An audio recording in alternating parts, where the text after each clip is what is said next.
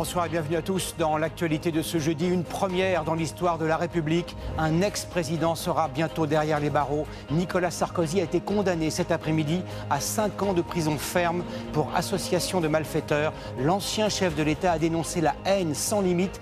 Que dit précisément le jugement? Quelles sont les réactions politiques? Reportage et explications dans un instant. L'adolescente de 12 ans, enlevée hier dans l'Orne, a été retrouvée saine et sauve ce soir. Grâce au dispositif Alerte Enlèvement, un homme a été interpellé et placé en garde à vue. Il avait déjà été condamné pour violence sur mineur. Une chaîne de supermarchés condamnée pour avoir vendu de la vodka à un adolescent de 16 ans qui s'est ensuite tué sur son scooter. Vous verrez que l'interdiction de la vente d'alcool aux moins de 18 ans est très peu respectée. Dans ce journal également, ils se veulent à la pointe de la lutte pour le pouvoir d'achat. Nous avons enquêté sur les secrets du hard discount. 9 Français sur 10 ont fréquenté ces magasins l'an dernier. Enfin, alors que les températures dégringolent et que les premières neiges sont tombées en montagne, nous vous donnerons quelques conseils pour vous chauffer à l'approche de l'hiver.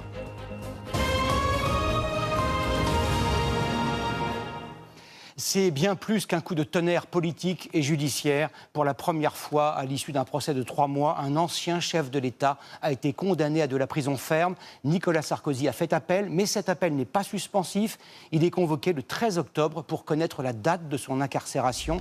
Quels sont les faits précis qui lui sont reprochés? Antoine Bourdarias, Marie Belot et Floriane Pellet. D'un pas décidé, Nicolas Sarkozy sort de la salle d'audience et s'avance vers les journalistes. Il vient d'être condamné à 5 ans de prison ferme pour association de malfaiteurs. J'assumerai mes responsabilités. Je déférerai aux convocations de la justice. Et s'ils veulent absolument que je dorme en prison, je dormirai en prison. Mais la tête haute. Je suis innocent. Cette injustice est un scandale. C'est une première sous la Ve République. Un ancien président, condamné en première instance à 5 ans de prison ferme, avec mandat de dépôt à exécution provisoire.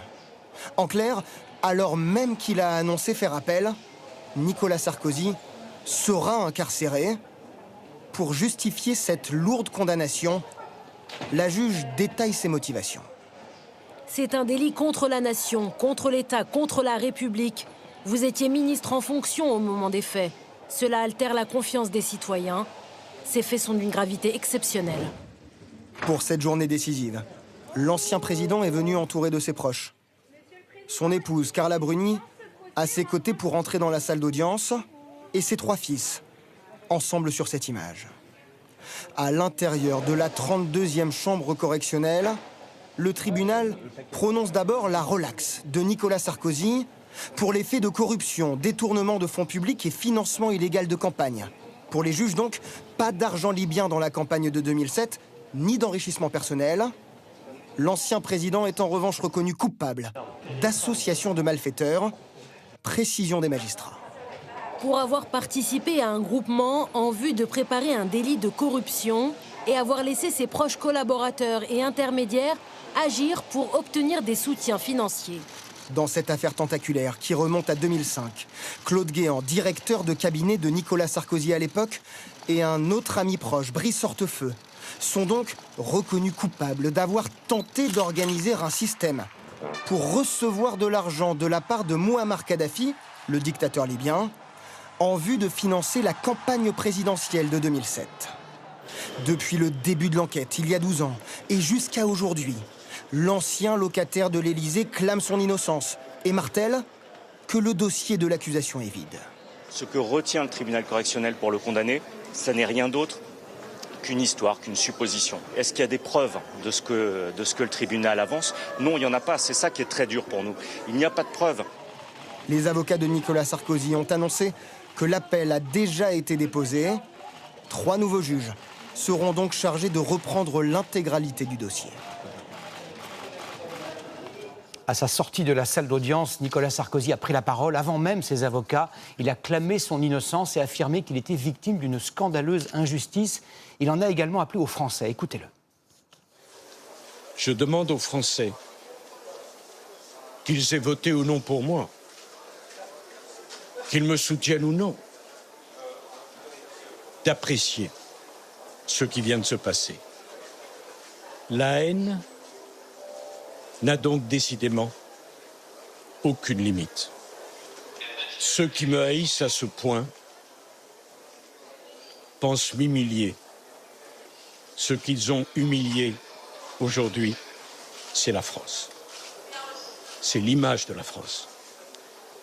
Et si quelqu'un a trahi les Français, ce n'est pas moi. C'est cette injustice invraisemblable auquel vous venez d'assister. Je n'ai aucun esprit de revanche, je n'ai aucune haine, mais que chacun comprenne bien et l'entende. Je me battrai jusqu'à mon dernier souffle pour prouver ma complète innocence. Je vous remercie.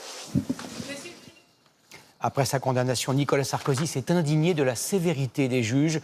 L'un de ses avocats est allé plus loin en dénonçant une justice spéciale.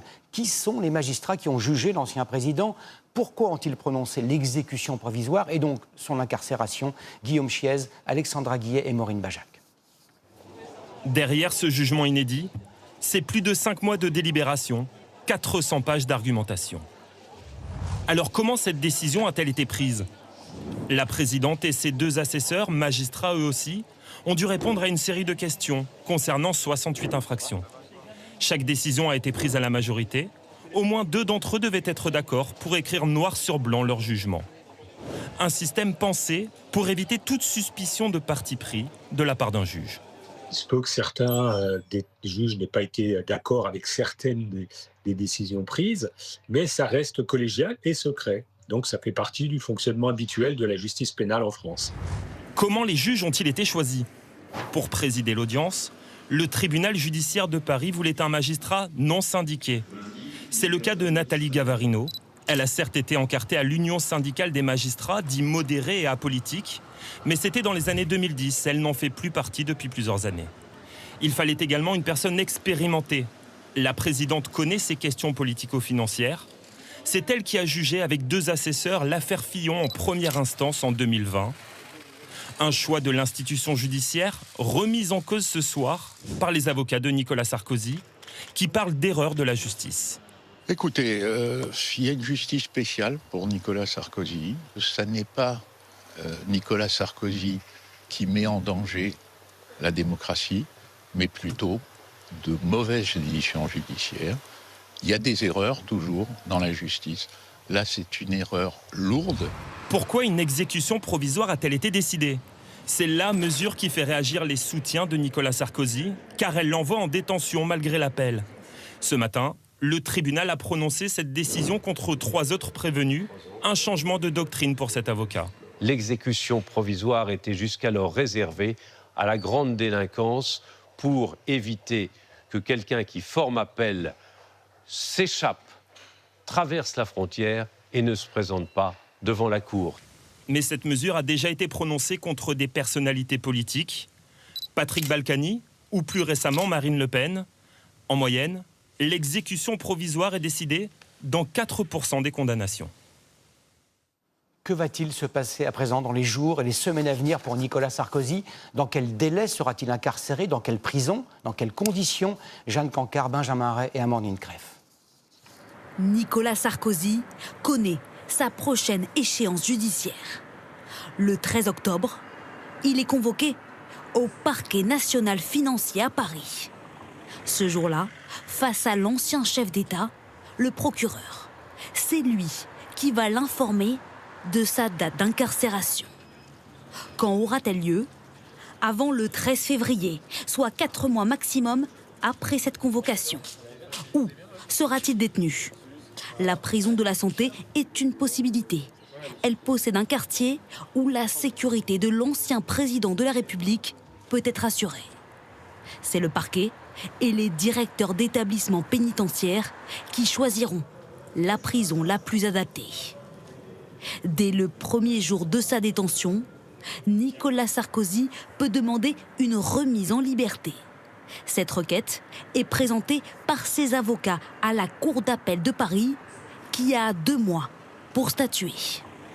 La Cour d'appel de Paris va pouvoir décider d'ordonner ou pas la mise en liberté de M. Nicolas Sarkozy, avec le cas échéant, des obligations particulières, qui sont des obligations qu'on peut connaître telles que l'obligation de pointer, ou des interdictions, interdiction de quitter le territoire, interdiction d'entrer en contact avec d'autres protagonistes de l'affaire, et la possibilité d'ordonner également une assignation à résidence avec un bracelet électronique. Une certitude ce soir pour Nicolas Sarkozy. Son procès en appel aura lieu dans les 4 mois qui suivent son incarcération, comme le prévoit la loi. Cette condamnation d'un homme qui fut le premier personnage de l'État entre 2007 et 2012 n'a pas de précédent. Elle a bien sûr suscité de très nombreuses réactions. Bastien Auger, Thibault Petit et Camille Courtat. L'une des toutes premières à réagir est Marine Le Pen, elle-même déclarée inéligible par la justice, avec exécution provisoire. La généralisation de l'exécution provisoire par certaines juridictions représente un grand danger. Nicolas Sarkozy, on l'a combattu politiquement, mais aujourd'hui, on peut quand même se demander où est la présomption d'innocence. À droite, réaction de Bruno Retailleau, pas comme ministre de l'Intérieur, mais en tant que patron des Républicains. Je ne doute pas qu'il saura mettre toute son énergie à se défendre devant la cour d'appel et faire prévaloir son innocence. Plusieurs figures du parti disent sobrement leur respect pour l'ancien chef de l'État, quand d'autres vont plus loin, comme le président du Sénat, qui s'interroge sur l'exécution provisoire. À gauche, certains ironisent, comme à la France Insoumise, citant d'anciens propos de Nicolas Sarkozy. Vous en avez assez de cette bande de racailles? On va vous en débarrasser. Se dire qu'on a un ancien président de la République qui est associé à des malfaiteurs, puisque c'est ça que dit le jugement, là, objectivement, c'est la honte. Emmanuel Macron, lui, a choisi pour le moment de ne pas commenter cette condamnation. Également dans l'actualité de ce jeudi, la jeune fille de 12 ans enlevée hier soir dans l'Orne a été retrouvée saine et sauve aujourd'hui en Loire-Atlantique. Un suspect âgé de 34 ans a été placé en garde à vue. L'alerte enlèvement avait été lancée. Les derniers développements avec Emmanuel Binet, Maureen Bajac et Guillaume Torel. Lucie, 12 ans, aura disparu pendant 20 heures, avant d'être retrouvée vivante à plus de 200 km de chez elle. Il y a quelques instants, sa mère nous confiait son émotion. Qu'est-ce que vous avez envie de lui dire? Que je l'aime, c'est ma fille et voilà. Bon, ça s'est terminé en tout cas. Oui. Tout commence hier soir, ici, dans l'Orne. Elle s'échappe de sa chambre par la fenêtre en utilisant ce drap.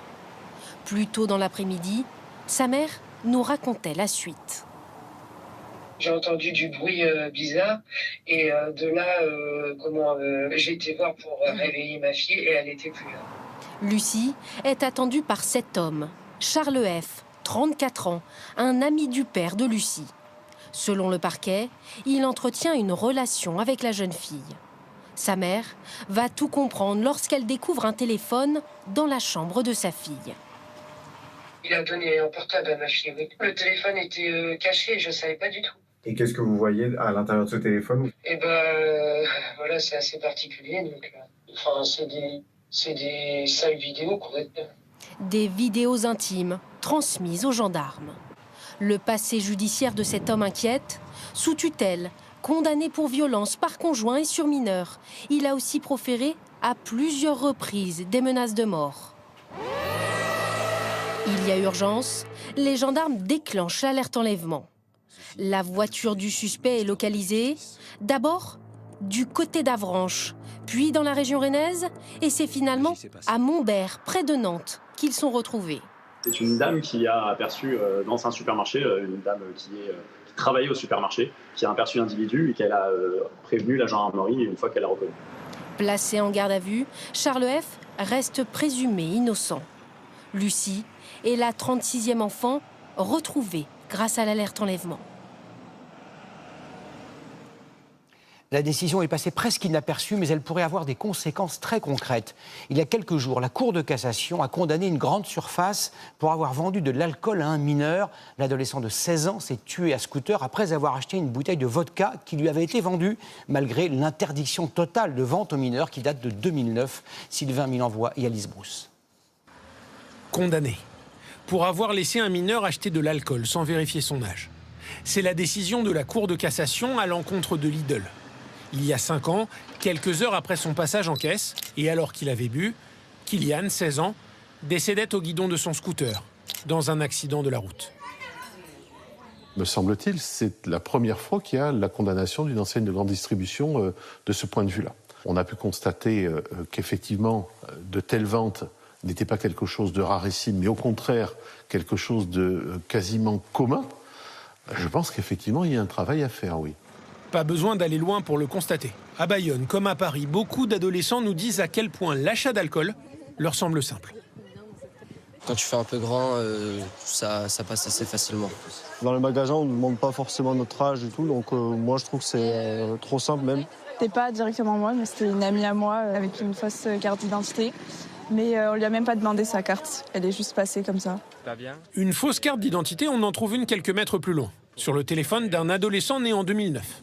Grâce aux outils numériques, il s'est vieilli de 3 ans, mais il nous affirme ne jamais s'en être servi. Rappelez-vous, on vous a montré il y a quelques mois qu'une association testait régulièrement la grande distribution en envoyant des mineurs acheter de l'alcool. Le contrôle d'identité n'est pas systématique. On pourra nous dire que les caissiers ne sont pas formés, on pourra nous dire que ça bloque les files d'attente. Donc la responsabilité, ce n'est pas les caissiers qui doivent la porter, ce sont les patrons, les directeurs d'établissement. Chez Lidl, on nous affirme qu'un système d'alerte apparaît sur les caisses dès qu'un client achète de l'alcool, afin de procéder au contrôle de l'âge. Nous avons donc demandé à Lidl, mais aussi à la plupart de ses concurrents, de nous montrer comment ça fonctionne. Aucune de ces chaînes d'hypermarchés n'a pourtant souhaité ni nous accueillir, ni même parfois nous répondre. Au Danemark, des drones d'origine inconnue ont à nouveau été repérés la nuit dernière au-dessus de 4 aéroports. Le ministère de la Défense danois parle d'une menace systémique. Il vise bien sûr la Russie, qui de son côté nie toute implication. L'OTAN dit prendre la situation très au sérieux. La population danoise ne cache pas son inquiétude. Reportage de nos envoyés spéciaux à Copenhague, Sophie Chevalreau et Alexandra Poupon. Le trafic aérien a repris au Danemark. Mais quelques heures après un nouveau survol de drones de plusieurs aéroports danois, les habitants de Copenhague ne cachent pas leur inquiétude. Quel est l'objectif de ces drones ? Est-ce que c'est une menace ? Est-ce que c'est pour nous faire paniquer ? Je suis assez inquiet parce qu'on ne sait pas d'où ils viennent. On ne sait pas ce qu'ils faisaient là. C'est un peu alarmant. J'espère vraiment qu'on va arriver à en savoir plus. Sur ces images tournées la nuit dernière, on aperçoit un drone au-dessus de l'aéroport d'Albo, au nord du pays. 2 autres aéroports, ainsi qu'une base aérienne militaire, ont été survolés par des drones d'origine inconnue. 2 jours seulement après un premier survol au-dessus de l'aéroport de Copenhague. Les autorités danoises prennent le sujet très au sérieux. Cela ne fait aucun doute que c'est l'œuvre d'acteurs professionnels. Lorsque l'on voit que cette opération a été menée dans plusieurs endroits, quasi simultanément.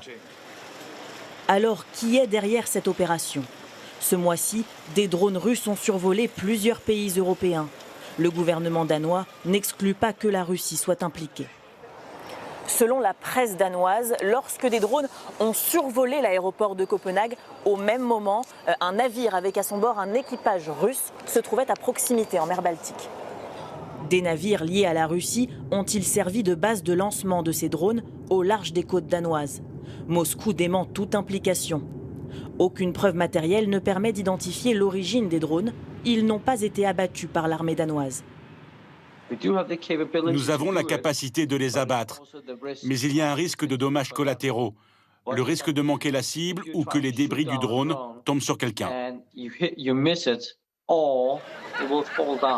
Le gouvernement danois a annoncé acquérir de nouveaux moyens de détection et de neutralisation de drones.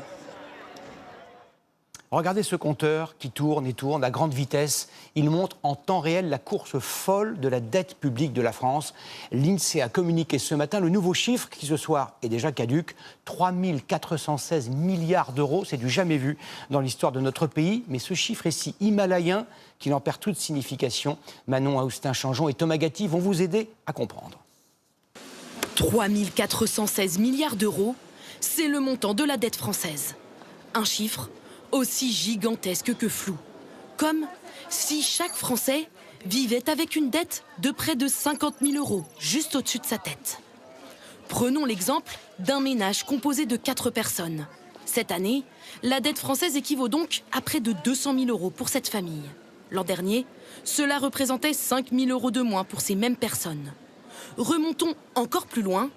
En 2010, c'était moins de 100 000 euros. Alors pourquoi le pays s'endette-t-il? La France dépense de l'argent dans le salaire des fonctionnaires, les hôpitaux, mais aussi l'école, l'armée, la justice ou encore la culture. Et pour financer tout ça, l'État peut compter sur ses recettes, c'est-à-dire ce qu'il gagne chaque année grâce aux taxes et impôts. Sauf que l'équilibre n'y est pas du tout. Les dépenses sont supérieures aux recettes.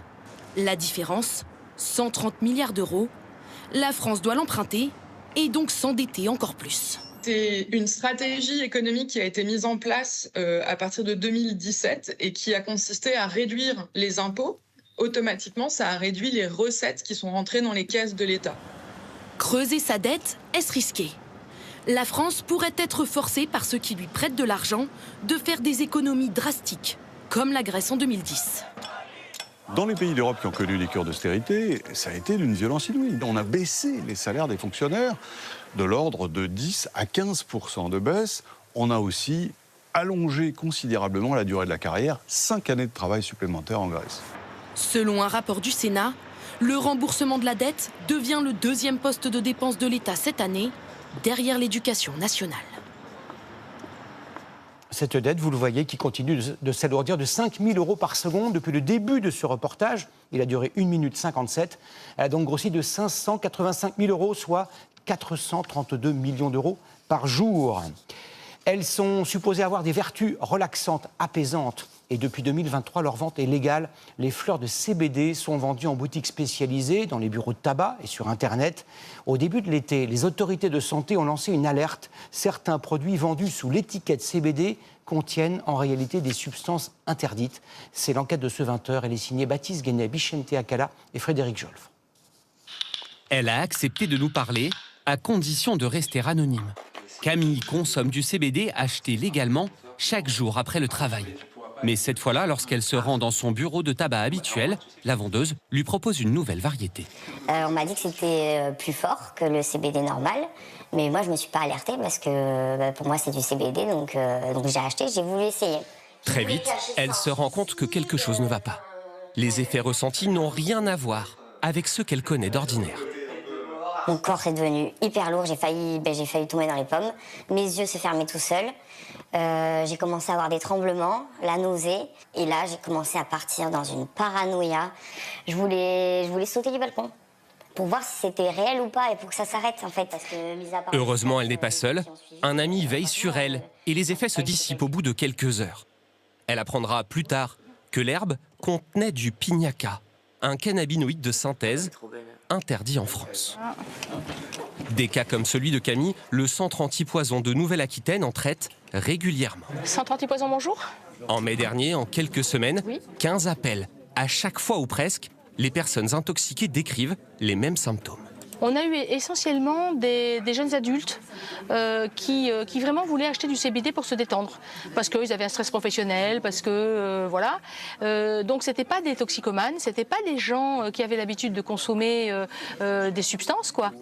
Certains ont dû être hospitalisés, parfois plusieurs jours.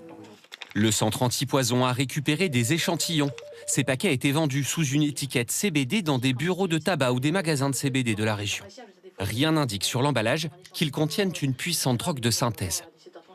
Tout dépend de la quantité consommée, bien sûr, et puis de l'âge du patient, de ses antécédents, etc. Mais enfin, ce sont des substances qui peuvent tuer, oui. Nous avons contacté le gérant de l'une des boutiques incriminées.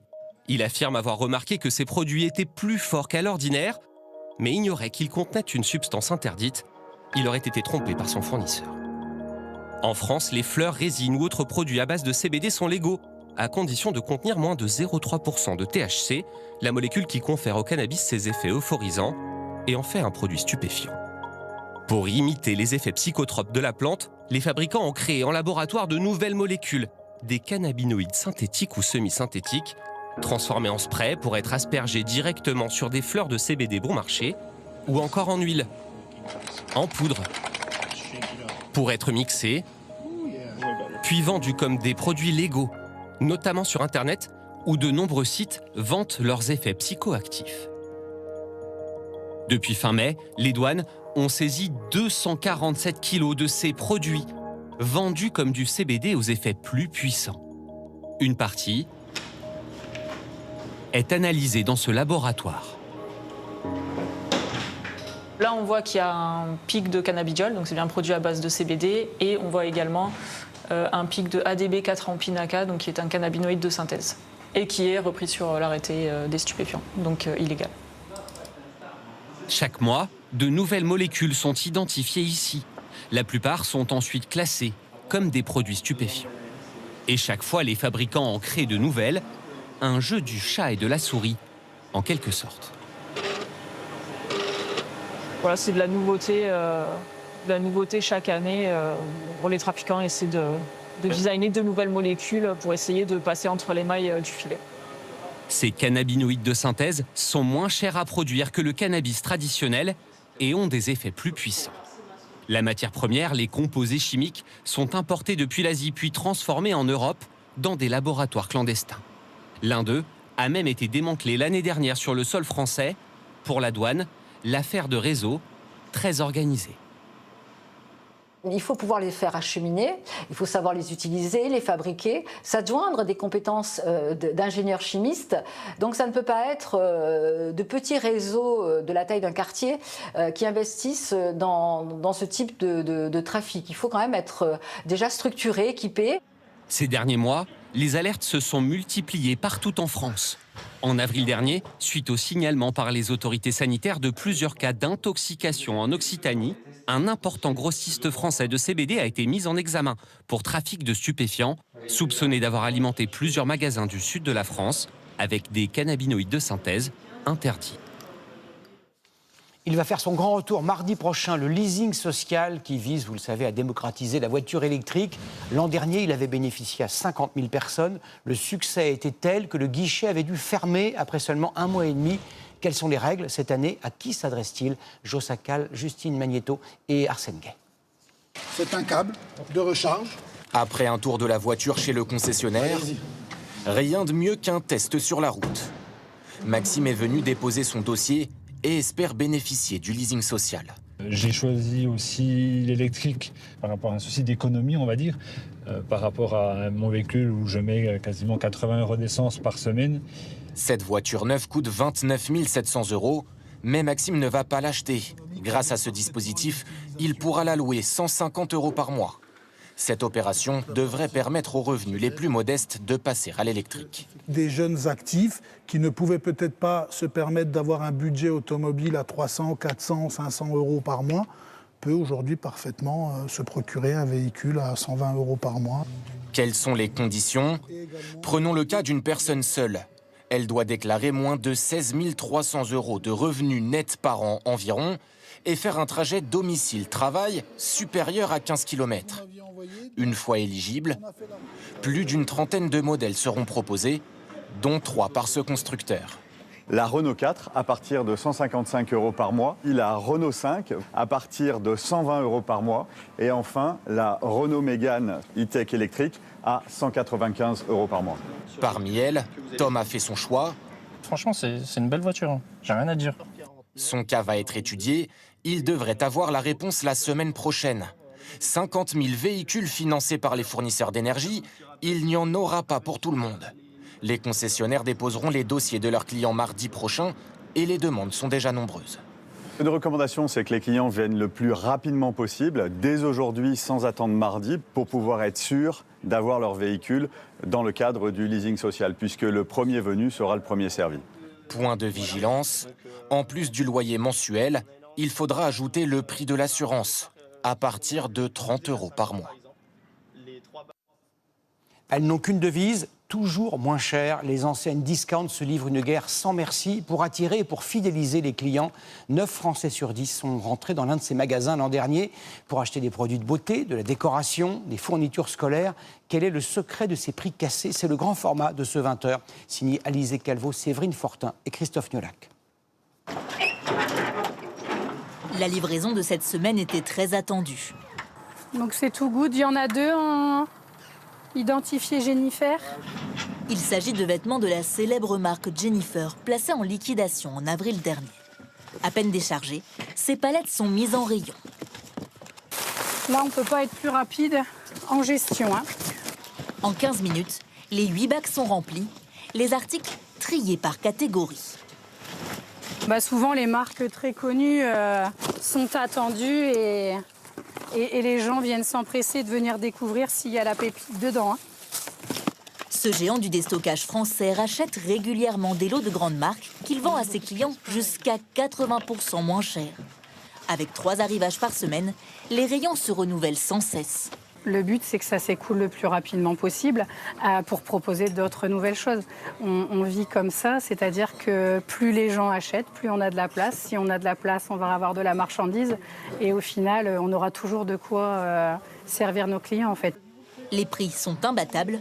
En quelques minutes, les rayons sont pris d'assaut. Cette petite trouvaille, ce sera pour Lou. Et donc là, elle va passer, grâce au panneau, on va voir à 6,25 € au lieu de 29,90 €. J'ai vu qu'il y avait un arrivage Jennifer et je me suis dit, pour mes petites ados, ça va le faire. Nose, Action, Stockomanie, Jiffy. Sur le marché du discount, la concurrence est de plus en plus féroce. Pour se différencier, cette enseigne danoise mise sur de nouveaux produits venus de l'autre bout du monde. Par exemple, vous avez un masque pour le visage, c'est très tendance en Corée, c'est anti-âge et les extraits, c'est de la bave d'escargot, donc ça peut paraître étrange, mais ça plaît beaucoup. On essaie d'avoir un coup d'avance, c'est la force de l'enseigne. En France, le groupe est en pleine croissance. Une boutique ouvre en moyenne tous les 10 jours. Pour se différencier des autres acteurs du discount, les gérants ont misé sur une gamme spécifique de produits. Ce qui fait, je pense, la force, c'est d'être le seul spécialiste de l'hygiène beauté en France sur le secteur du discount, donc avec des produits de grande marque, des bas prix. Ils affirment être en moyenne 30% moins cher que la concurrence. Autre manière de se démarquer, l'absence de rayons. Les clients doivent suivre un circuit unique. Le parcours, il est fait pour qu'on achète un maximum de trucs, j'imagine, pour être tenté. Et donc, je résiste, voilà. Je suis tombée sur des choses que je trouve pas souvent, donc un Oasis citron. Donc je me suis laissé tenter. Pour se distinguer, ce magasin mise sur un autre concept. Ici, pas d'étiquette en rayon. Tous les articles sont au prix unique de 2 €. L'entreprise a même investi 5 millions d'euros pour moderniser sa 50aine de magasins. En fait, on a tout refait du sol au plafond. Donc là, vous avez la partie déco. Après, je vais avoir le rayon table, cuisine. Une boutique bien organisée pour se détacher de l'image bas de gamme, parfois associée aux discounters. On ne veut pas être un magasin discount, du coup, on ne veut pas que ça soit le bazar, que ce soit toujours propre, et du premier client au dernier. Un concept qui fonctionne. Les clients qui entrent par curiosité repartent en moyenne avec 4 articles dans leur panier. L'automne vient tout juste d'arriver, le froid et la neige ont déjà fait leur retour, vous le voyez. En montagne, les premières neiges sont tombées à 1900 mètres d'altitude, à Val d'Isère, et à 2300 mètres à Val Thorens. Même si vous n'habitez pas en montagne, l'allumage du chauffage n'est plus qu'une question de jour. Suivez les précieux conseils de Faustine Magnéto et Loïc Germain. Bonjour, je viens pour l'entretien de votre chaudière. Très bien, moi je vous en prie, entrez. Avant de rallumer son chauffage, c'est un rendez-vous incontournable pour Jessie. Donc je vais contrôler du coup le corps de chauffe. Pour les locataires et propriétaires, la loi est claire. Ce contrôle est une obligation annuelle. Mal entretenir sa chaudière, c'est risquer la panne, la surconsommation de gaz ou encore l'intoxication au monoxyde de carbone. Quand on voit le froid arriver, on veut justement pas avoir de problème avec notre chaudière, donc c'est le moment de prendre rendez-vous. Comptez entre 100 et 200 € l'intervention. Ça c'est emboîté, ça c'est emboîté. Flavian contrôle jusqu'à 400 chaudières par an, mais c'est à l'approche de l'hiver que son activité s'intensifie. C'est 70% de mon chiffre d'affaires qui joue. On passe de 5 coups de téléphone, voire 3 coups de téléphone par jour à 15, 20 au minimum, quoi. Si vous vous chauffez au bois, là aussi c'est une obligation légale. Faire ramoner sa cheminée 1 à 2 fois par an, selon votre département. Comptez entre 50 et 150 €. La facture peut varier du simple au double. Déplacement, matériel utilisé, nombre de personnes sur place. Nous, on intervient beaucoup tout seul, mais vous avez des entreprises où ils sont 2. Ça s'impacte sur le prix de la prestation. Avec la baisse des températures, les livreurs de bois voient eux aussi leurs commandes flamber. La journée d'aujourd'hui, déjà, je suis déjà à 3 palettes de bois sans compter le granulé. En ce moment, ça n'arrête pas, c'est plein pot. Il y a du chêne, du charme, du hêtre, du frêne, du feuillu. À 180 € le ster de bois séché, Benjamin espère bien tenir tout l'hiver. Alors c'est la livraison qu'il ne faut pas louper, puis aussi plus on prend tôt, en général moins les prix sont chers aussi. Et quand il va faire froid, on va être content, donc il ne faut pas attendre trop longtemps non plus. Avec l'arrivée de l'hiver et la baisse des températures, la demande en bois de chauffage risque d'augmenter, ce qui pourrait entraîner une hausse des prix d'une dizaine d'euros par stère. Après plusieurs mois de mobilisation et 3 journées de grève, les pharmaciens ont obtenu gain de cause. Le Premier ministre Sébastien Lecornu a renoncé à réduire leur marge sur les médicaments génériques. En contrepartie, ils devront renforcer l'offre de soins. Qu'est-ce que cela va changer pour les patients? Marine Brossard, Caroline Philippe et Xavier Boucher. Saviez-vous que vous pouviez, en pharmacie, vous faire tester? Donc là, vous avez tout l'attirail pour aller prélever au niveau des amygdales.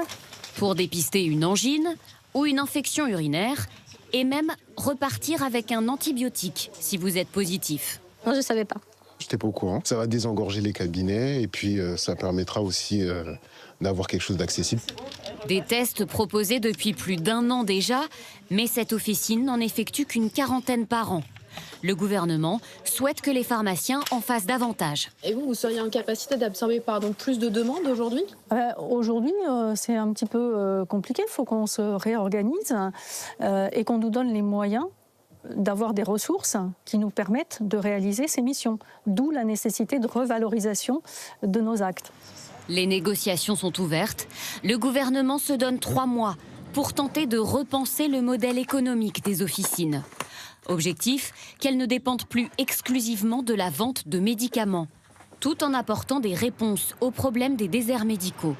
Les pharmaciens sont invités à renouveler davantage d'ordonnances et même à proposer des sortes de consultations sans médecin. Déjà expérimentées dans certaines régions, comme ici en Bretagne, nous y étions il y a quelques mois. On peut diriger le patient dans un espace de confidentialité. Un questionnaire encadre cette prise en charge. Savoir si votre situation relève ou non du médecin, des urgences ou de la pharmacie. Que ce soit sur des conjonctivites, que ce soit sur des plaies, des brûlures, sur une piqûre de tique aussi également.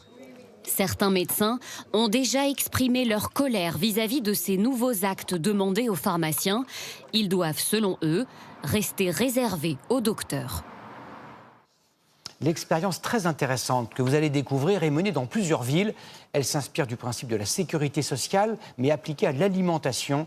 Sur la base du volontariat, plusieurs centaines de personnes cotisent chaque mois, selon leurs moyens, et reçoivent en échange une sorte de bon d'achat, une monnaie fictive qui leur permet d'acheter des aliments de qualité dans des magasins partenaires. Regardez cet exemple à Montpellier avec Lisa Ducaso et Manon Scarzello. À première vue, cette épicerie n'a rien d'original. Sauf qu'au moment de payer ses courses... Je vais régler en Mona, s'il te plaît. C'est une drôle de monnaie qu'utilisent ses clients. Car ici, le mode de paiement, la Mona, est calculé en fonction de ses moyens. Prenons un exemple. Avec des faibles revenus, Pauline cotise tous les mois 50 €. En échange, elle reçoit 100 Mona, l'équivalent de 100 € qu'elle peut dépenser dans l'épicerie. C'est pas négligeable. 50 €, ça me permet de faire une bonne partie de mes courses que j'utilise principalement quand même pour les fruits et les légumes. Alors qu'avant, je me disais j'aimerais manger mieux pour moi, mais j'avais pas forcément les moyens de le faire.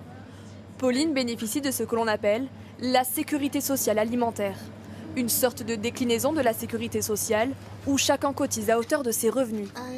A l'inverse, Marie et ses 2500 € nets par mois n'en bénéficient pas, mais y contribuent. Mes revenus me permettent de donner plus pour recevoir moins. Ça paraît un peu bizarre comme ça, mais j'ai aimé ce projet parce qu'en fait, je contribue à donner une allocation à des personnes, à ce que des producteurs locaux puissent être rémunérés. Cette sécurité sociale de l'alimentation est donc financée pour moitié par les cotisations des adhérents et pour autre moitié par des aides privées et publiques, comme des subventions de l'État. À seulement quelques kilomètres, Louise et Édouard cultivent ces fruits et légumes de saison, vendus aux bénéficiaires. La rémunération des agriculteurs, elle n'est pas toujours facile. Trouver des points de vente, c'est pas toujours facile. Du coup, ça permet d'avoir probablement une nouvelle clientèle qui viendra après. Et ça participe au développement d'une filière locale. Donc pour l'avenir de notre travail, c'est toujours quelque chose qui est bénéfique. À Montpellier, près de 600 personnes participent aujourd'hui à cette expérimentation. 47% des foyers qui utilisent aujourd'hui la Mona à Montpellier vivent sous le seuil de pauvreté. On a réussi à faire augmenter l'accessibilité de fruits et légumes, par exemple, et notamment des produits locaux et bio dans l'assiette des personnes qui n'avaient pas accès jusque-là à cette alimentation. En France, cette sécurité sociale alimentaire est déjà déclinée dans d'autres villes, comme Bordeaux, Lyon ou Strasbourg. Je vous emmène à présent découvrir l'un des rares endroits sur Terre totalement inhabités. Non pas que la nature y soit hostile, mais cette bande de terre de 250 km de long, sur 4 km de large, est une zone démilitarisée. Depuis 1953, elle sépare la Corée du Nord de la Corée du Sud, qui techniquement sont toujours en guerre. L'endroit est l'un des plus surveillés au monde. Il est aussi devenu au fil des années une attraction touristique. Olga Lévesque et Lucas Lassalle. C'est la frontière la plus surveillée au monde. Ces clôtures, ces barbelés, séparent la Corée du Sud de la Corée du Nord. À quelques mètres de là, le village de Dangsan et ses 438 habitants. Leurs voisins, le pays le plus fermé de la planète, l'un des plus imprévisibles aussi. Wazi Kim a passé toute sa vie ici. C'est notre village, pas question de partir, mais c'est très dur, le quotidien est très difficile. Pendant des mois, nous n'avons pas pu ouvrir ni porte ni fenêtre. Une vie à huis clos, car pendant un an, la Corée du Nord diffusait chaque jour 7 bandes-sons macabres. Des sifflements et des hurlements assourdissants. Le conflit est aussi psychologique. Les enceintes sont toutes proches et même visibles depuis la frontière, comme nous le montre le maire du village. Là, sur la montagne, vous voyez la chose blanche? C'est une enceinte. La frontière est à 300 mètres et les enceintes à peine à 1,5 km. Les bruits ont cessé il y a quelques semaines. Mais les habitants de Dangsan restent très marqués par cette guerre des nerfs. Ils ne sont plus vraiment là, mais j'entends encore les sons dans ma tête. Ce quotidien est pour certains une attraction touristique. La zone démilitarisée, cette zone tampon très surveillée entre les deux pays, existe depuis 1953. Elle est aujourd'hui visitée par près d'1,5 million de personnes chaque année. Au programme, selfie devant un train criblé de balles pendant la guerre et tour en téléphérique au-dessus des champs de mines. Enrichissez votre expérience de tourisme sur la zone démilitarisée avec une visite de la ligne de contrôle civil. Et pour vous restaurer, vous prendrez bien un burger avec vue sur les barbelés. Un symbole revendiqué du monde libre et capitaliste, à 2 pas de la dictature communiste nord-coréenne. Un pays qu'il est possible d'observer pour quelques euros. Je vois quelques personnes dans les champs. Oh, je crois qu'ils sont en train de travailler. On est là à regarder la Corée du Nord avec des jumelles, mais c'est vrai que d'observer leur vie comme ça, c'est bizarre. Chrissy est allemande, Caro son mari coréen. Il a fait son service militaire obligatoire juste ici, à la frontière. C'est la première fois qu'il y remet les pieds. Pendant mon service militaire, j'étais en charge de repérer les mines. C'est étrange de revenir en tant que touriste. Ce tourisme insolite n'efface pourtant pas une situation extrêmement tendue. Aucun traité de paix n'ayant été signé, les deux pays sont officiellement toujours en guerre depuis 1950. Derrière les cafés pour touristes, les autorités imposent la construction de nouveaux abris de défense. Nous accompagnons Dae-Myung Kim dans l'un d'entre eux. Le bunker a été construit il y a 4 ans et il peut être utilisé à tout moment en cas d'attaque. C'est ici que les soldats pourraient tirer. L'artiste a décidé d'y installer sa galerie. Depuis les meurtrières, la Corée du Nord est toute proche et inspire son art. J'ai appelé ce tableau Utopie coréenne, car cela pourrait être un endroit où il fait bon vivre, une région qui servirait de modèle au monde. Depuis son élection en juin dernier, le nouveau président sud-coréen, Lee Jae-myung, multiplie les appels à la paix. Mais Pyongyang rejette tout potentiel dialogue, invoquant une incompatibilité irréversible entre les deux pays. Dans un instant sur LCI, Darius Rochebin reçoit Marine Le Pen pour une émission exceptionnelle. Objectif 2027, la présidente du Rassemblement national répondra également aux questions des Français. Rendez-vous sur le canal 15. Tout de suite sur TF1, la météo de Louis Baudin, puis l'ultime épisode de votre série HPI. Le quotient intellectuel et les tenues très osées de Morgane Alvaro vont nous manquer. Un mot avant de se quitter pour saluer Karine Denis. Elle a œuvré à nos côtés pendant de très nombreuses années, notamment avec nos correspondants en région. Et elle s'en va vers de nouvelles aventures. Demain à 13h, Marie-Sophie Lacaro. À 20h, Anne-Claire Coudray. Très bonne soirée à tous. À lundi.